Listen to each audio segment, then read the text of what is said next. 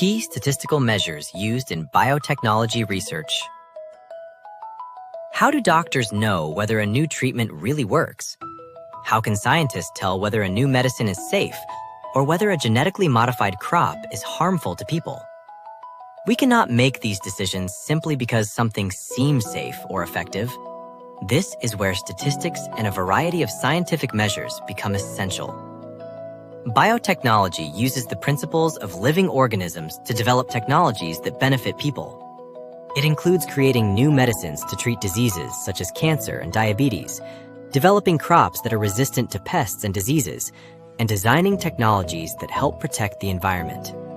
Today, biotechnology is considered one of the fastest-growing fields of science. Biotechnology has an especially large impact on medicine. Because every person's genes are slightly different, the same medicine can affect different people in different ways. A drug may work well for one person, but cause side effects in another. This has led to the development of personalized medicine, which uses a patient's genetic information to choose the most suitable treatment. Scientists are also studying stem cells to understand how diseases develop and to create new treatments. But how do we know whether a new treatment is truly effective? Two important statistical measures help answer this question, which are incidence and prevalence.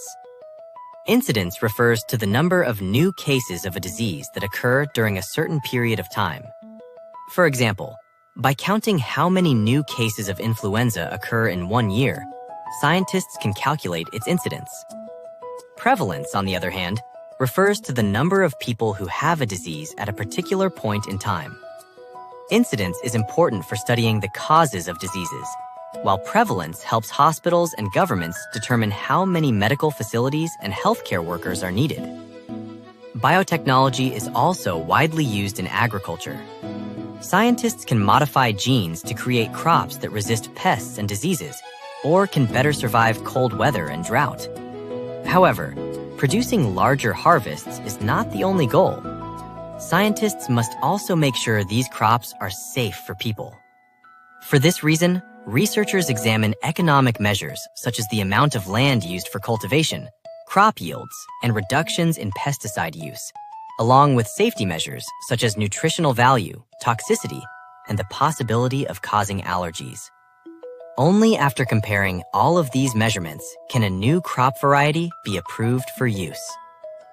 Statistics is also essential in research involving genetically modified animals.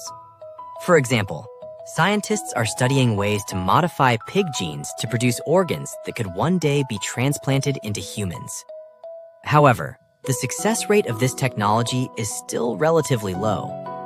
Researchers carefully evaluate measures such as transformation efficiency, gene expression levels, cell survival rates, and gene transfer success rates to determine how effective and safe these techniques are.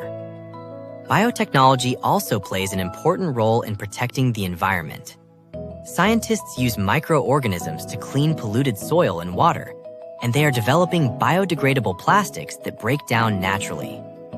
But how do we know whether a plastic really biodegrades? Several important measures help answer this question, including biodegradability, biochemical oxygen demand, and chemical oxygen demand. Biodegradability measures how much a material breaks down over a certain period of time.